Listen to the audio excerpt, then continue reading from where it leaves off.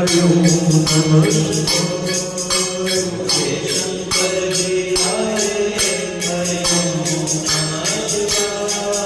Namo Namo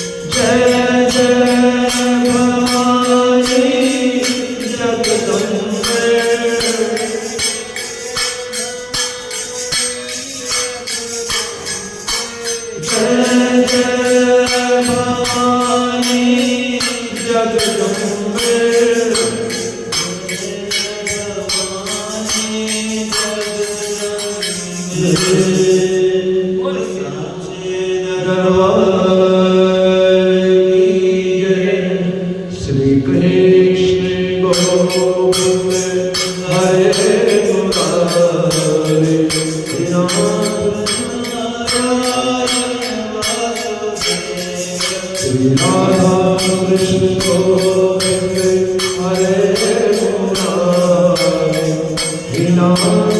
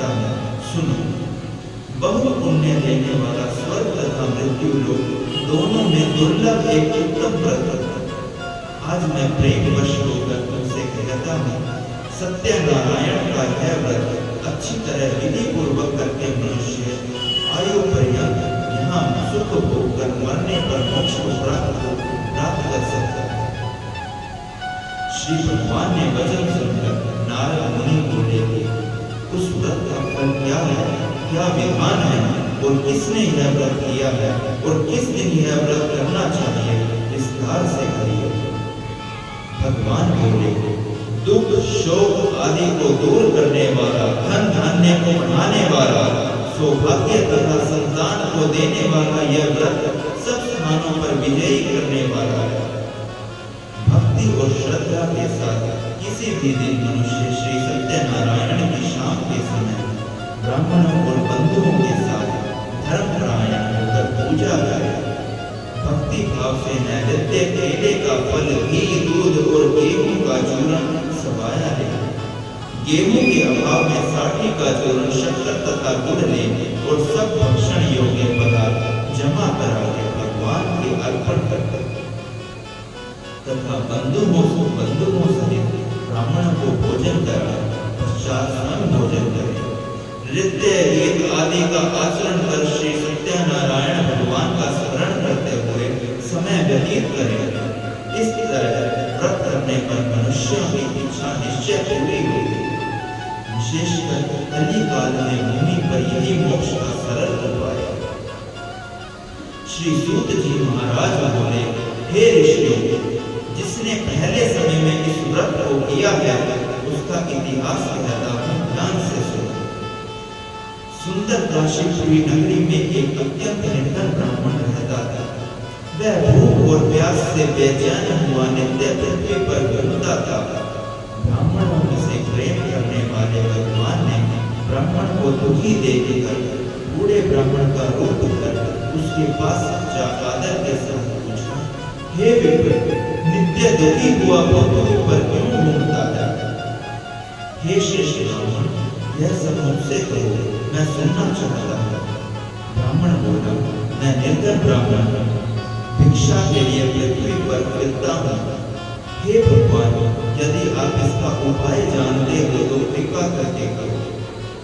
वृद्ध ब्राह्मण बोला कि सत्यनारायण भगवान मनवंचित फल देने वाले हैं, इसलिए हे ब्राह्मण, तू उनका पूजन कर, जिसके करने से मनुष्य सब दुखों से मुक्त होता है।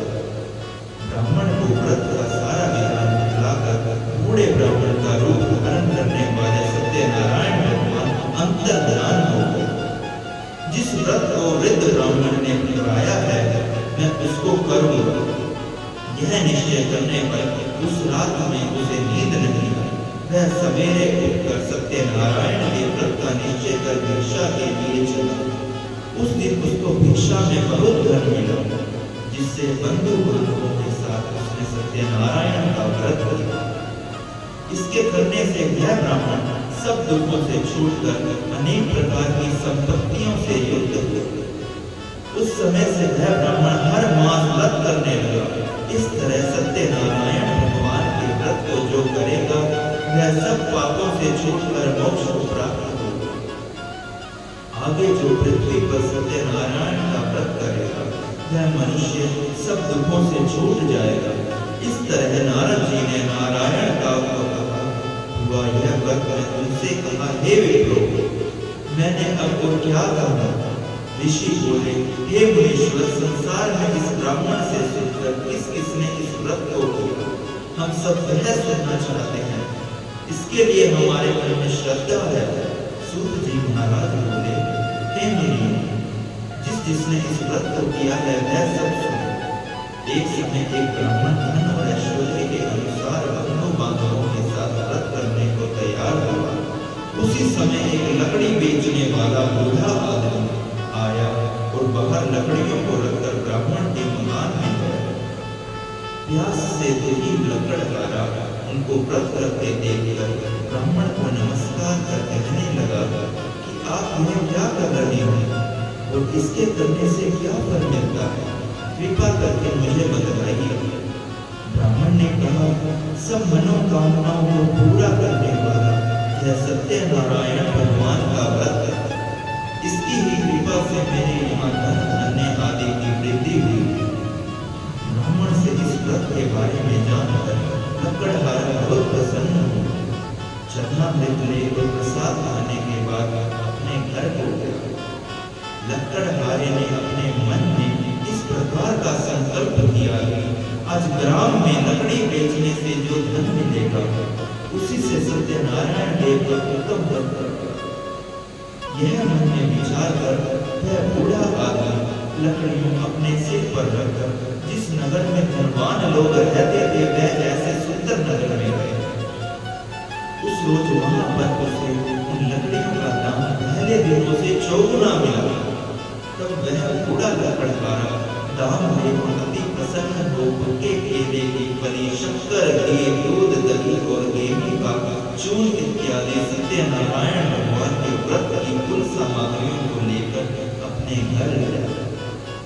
फिर उसने अपने भाइयों को बुलाकर विधि के साथ भगवान जी का पूजन और व्रत किया। उस व्रत के प्रभाव से वह बूढ़ा लकड़हारा धन, पुत्र आदि से युक्त हुआ और संसार के समस्त सुख भोग कर वैकुंठ को चला गया। सूत जी महाराज बोले, हे श्रेष्ठ मुनियों, अब आगे की कथा कहता हूँ, सुनो। पहले समय में उल्कामुख नाम का एक बुद्धिमान राजा था। वह सत्य वक्ता और जितेंद्रिय था। प्रतिदिन देव स्थानों पर जाता तथा गरीबों को धन देकर उनके कष्ट दूर करता था। उसकी पत्नी कमल के समान मुख वाली और सती साध्वी थी। भद्रश्रीना नदी के तट पर उन दोनों ने श्री सत्यनारायण का व्रत किया। उस समय में वहां एक साधु वैश्य था। उसके पास व्यापार के लिए बहुत सा धन था। वह नाव को किनारे पर ठहरा राजा के पास गया और राजा को व्रत करते देखकर विनय के साथ पूछने लगा, हे राजा, भक्ति युक्त चित्त से यह आप क्या कर रहे हैं? मेरी सुनने की इच्छा है, तो आप यह मुझे बताइए। राजा बोला, हे साधु, अपने बांधवों के साथ उत्तराधि की प्राप्ति के लिए महाशक्तिमान सत्यनारायण भगवान का व्रत व पूजन किया जा रहा है। राजा के वचन सुनकर साधु आदर से बोला, हे राजा, मुझसे इसका सब विधान बताइए, मैं भी आपके कथा अनुसार इस व्रत को करूंगा। मेरे भी तो कोई संतान नहीं है और इससे निश्चय ही हो। राजा से सब विद्वान व्यापार से निवृत्त हो वह आनंद के साथ घर गया। साधु ने अपनी स्त्री से संतान देने वाले उस व्रत का समाचार सुनाया और कहा कि जब मेरे संतान होगी तब मैं इस व्रत को करूंगा। साधु ने ऐसे वचन अपनी स्त्री लीलावती से कहे। एक दिन उसकी स्त्री लीलावती पति के साथ आनंदित हो सांसारिक धर्म में प्रवृत्त होकर सत्यनारायण भगवान की कृपा से गर्भवती हो गई तथा 10वें महीने में उसके एक सुंदर कन्या का जन्म हुआ। दिनों दिन वह इस तरह बढ़ने लगी जैसे शुक्ल पक्ष का चंद्रमा बढ़ता है। कन्या का नाम कलावती रखा। तब लीलावती ने मीठे शब्दों में अपने पति से कहा कि जो आपने संकल्प किया था कि भगवान का व्रत करूंगा, अब आप उसे करिए। साधु बोला, हे प्रिय, इसके विवाह पर करूंगा। इस प्रकार अपनी पत्नी को आश्वासन दे वह नगर को गया। कलावती पितृगृह में वृद्धि को प्राप्त हो गई। साधु ने जब नगर में सखियों के साथ अपनी पुत्री को देखा तो तुरंत दूध बुलाकर कहा कि पुत्री के वास्ते कोई सुयोग्य वर देखकर लाओ। साधु की आज्ञा पाकर दूध कंचन नगर पहुंचा और वहां पर बड़ी खोज और देखभाल कर लड़की के लिए सुयोग्य वाणी पुत्र को ले आया। उस सुयोग्य लड़के को देखकर साधु ने अपने बंधु बांधवों सहित प्रसन्नचित्त अपनी पुत्री का विवाह उसके साथ किया। किंतु दुर्भाग्य से विवाह के समय भी उस व्रत को करना भूल गया। तब श्री भगवान क्रोधित हो गए और श्राप दिया कि तुम्हें दारुण दुख प्राप्त होगा।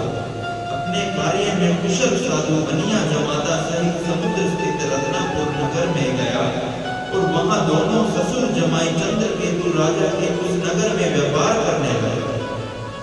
एक रोज भगवान सत्यनारायण की माया से प्रेरित कोई चोर राजा का धन चुराकर भागा जा रहा था, किंतु राजा के दूतों को आता देखकर चोर ने घबराकर भागते हुए राजा के धन को वहीं चुपचाप रख दिया जहां वो ससुर जमाई ठहरे हुए थे।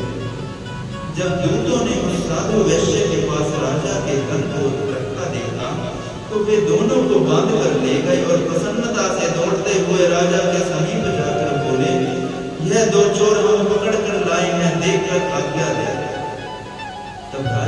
आज्ञा से उनको कठोर कारावास में डाल दिया और उनका सब धन छीन लिया।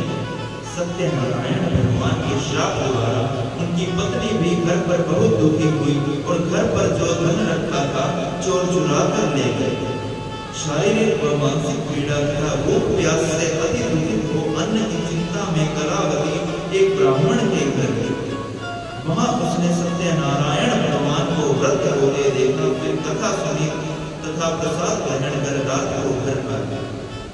माता ने कलावती से कहा, हे पुत्री, अब तक कहाँ रही और तेरे मन में क्या है? कलावती बोली, हे माता, मैंने एक ब्राह्मण के घर श्री सत्यनारायण भगवान का व्रत देखा है।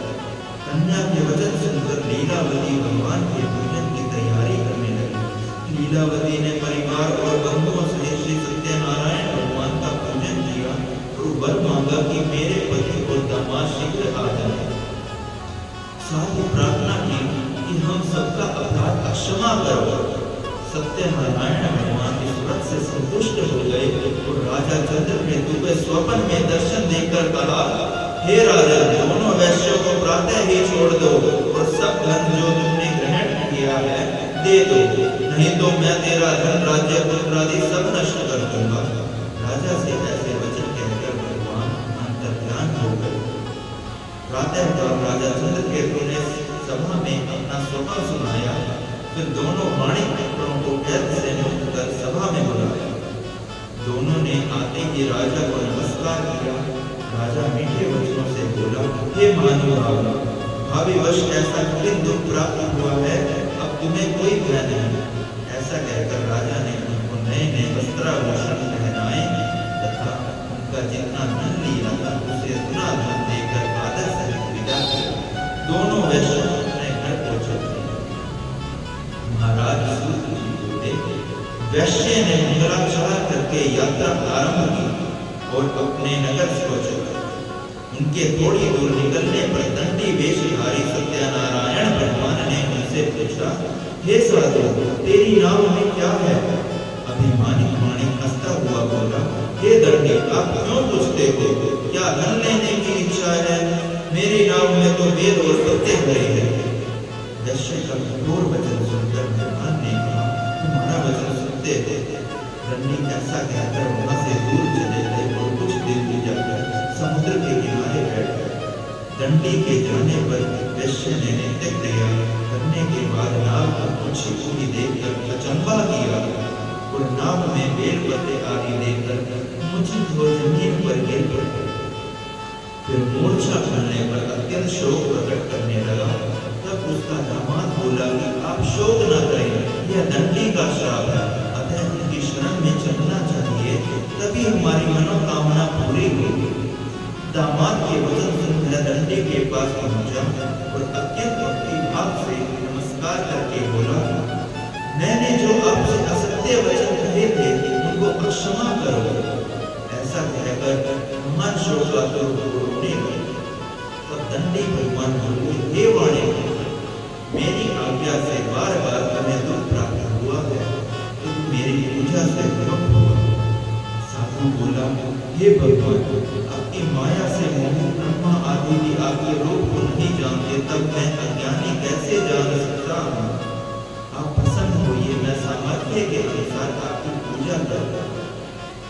मेरी रक्षा करो, पहले के समान नौका में धन भर दो। उसके भक्ति युक्त वचन सुनकर भगवान प्रसन्न हो उसकी इच्छा अनुसार वर देकर अंतर्ध्यान हो गए। तब उन्होंने नाव पर आकर देखा कि नाव धन से परिपूर्ण है। फिर वह भगवान सत्यनारायण का पूजन कर साथियों सहित अपने नगर को चला। अब अपने नगर के निकट पहुंचा, तब दूत को घर भेजा। दूत ने साधु के घर जाकर उसकी स्त्री को नमस्कार कर कहा कि साधु अपने दामाद सहित इस नगर के समीप आ गए हैं। ऐसा वचन सुन साधु की स्त्री ने बड़े हर्ष के साथ सत्यदेव का पूजन कर पुत्री से कहा, मैं अपने पति के दर्शन को चाहती हूँ, तो कार्य पूर्ण कर शीघ्र आओ। माता के ऐसे वचन सुनकर कलावती प्रसाद छोड़कर पति के पास गए। प्रसाद की अवज्ञा के कारण सत्यदेव रुष्ट हुए। उसके पति को नाव सहित पानी में डुबो दिया। कलावती अपने पति को न देखकर रोती हुई जमीन पर गिर गई। इस तरह नौका का डूबा हुआ तथा कन्या को रोता हुआ साधु जी को बोला, हे प्रभु, मुझसे या मेरे परिवार से जो भूल हुई है उसे क्षमा करो। उसके दीन वचन सुनकर सत्यमेव प्रसन्न हो गए और आकाशवाणी हुई है, साधु, तेरी कन्या मेरी प्रसाद को छोड़कर आई है, इसलिए इसका पति अदृश्य हुआ है। यदि वह घर जाकर प्रसाद खाकर लौटे तो इसे पति अवश्य मिलेगा। ऐसी आकाशवाणी सुनकर कलावती ने घर पहुंचकर प्रसाद खाया, फिर आकर पति के दर्शन किए। तत्पश्चात साधु ने बंधु बांधवों सहित सत्यदेव का विधि पूर्वक पूजन किया। उस दिन से वह पूर्णिमा को सत्यनारायण का पूजन करने लगी। फिर इस लोक को सुख होकर अंत में स्वर्गलोक हो गए। सूत जी महाराज बोले, हे ऋषि, मैं और भी कथा कहता हूँ, सुनो। प्रजा पालन में लीन गदगद नाम का राजा था। उसने भी भगवान का प्रसाद किया कर बहुत दुख पाया। एक समय वन में जाकर वन्य पशुओं को मारकर बड़े के पेड़ के नीचे आया। वहां उसने ग्वालों को भक्ति भाव से बांधवों सहित सत्यनारायण जी का पूजन करते देखा। राजा देखकर भी अभिमानवश उन्हें वहां नहीं आया और न ही नमस्कार किया। जब ग्वालों ने भगवान का प्रसाद उसके सामने रखा तो प्रसाद को त्याग कर अपने सुंदर नगरी को छोड़ा। वहीं उसने अपने सब कुछ नष्ट पाया तो यह जान लिया कि यह सब भगवान ने किया है। तब वह विश्वास कर ग्वालों के समीप गया और विधि पूर्वक पूजन कर प्रसाद खाया तो सत्यदेव की कृपा से पहले जैसा वैसा हो गया। फिर दीर्घ काल तक भूख होकर मरने पर स्वर्गलोक हो गया। जब मनुष्य इस परम दुर्लभ व्रत को करेगा, भगवान की कृपा से उसे धन धान्य की प्राप्ति होगी। निर्धन धनी और बंदी बंधन से मुक्त होकर निर्भय हो जाता है। संतानहीनों को संतान प्राप्ति होती है तथा सब मनोरथ पूर्ण होकर अंत में वह नाथ हो जाते हैं। जिन्होंने पहले इस व्रत को किया, अब उनके दूसरे जन्म की कथा कहता है। शतानंद ब्राह्मण ने सुदामा को जन्म देकर मोक्ष को पाया। नाम का राजा दशरथ होकर वैकुंठनाथ को प्राप्त हुआ। साहू नाम के वैश्य ने मधुराज बनकर अपने पुत्र को ओर से चीर कर मोक्ष को प्राप्त किया। महाराज गदगद ने स्वयं भू होकर भगवान में भक्ति कर्म कर मोक्ष प्राप्त किया। इति श्री सत्यनारायण कथाध्याय संपूर्ण समाप्तम। बोलो श्री विष्णु भगवान की जय। शांताकारं भुजगशयनं पद्मनाभं सुरेशं विश्वाधारं गगनसदृशं मेघवर्णं शुभांगं श्रीलक्ष्मीकान्तं कमलनयनं योगिभिर्ज्ञानगम्यं वन्दे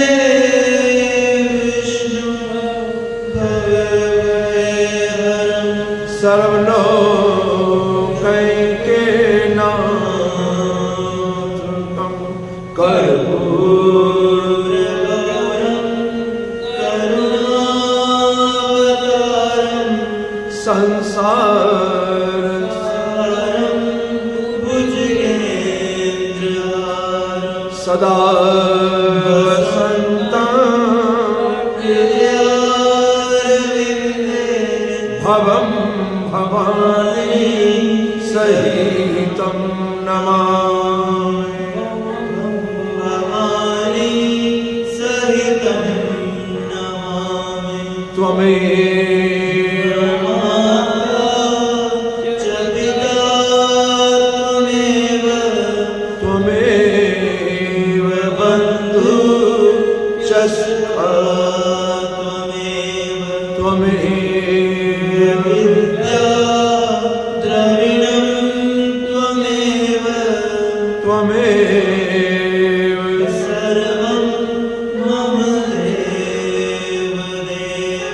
त्वमेव सर्वं मम देव देव सर्वे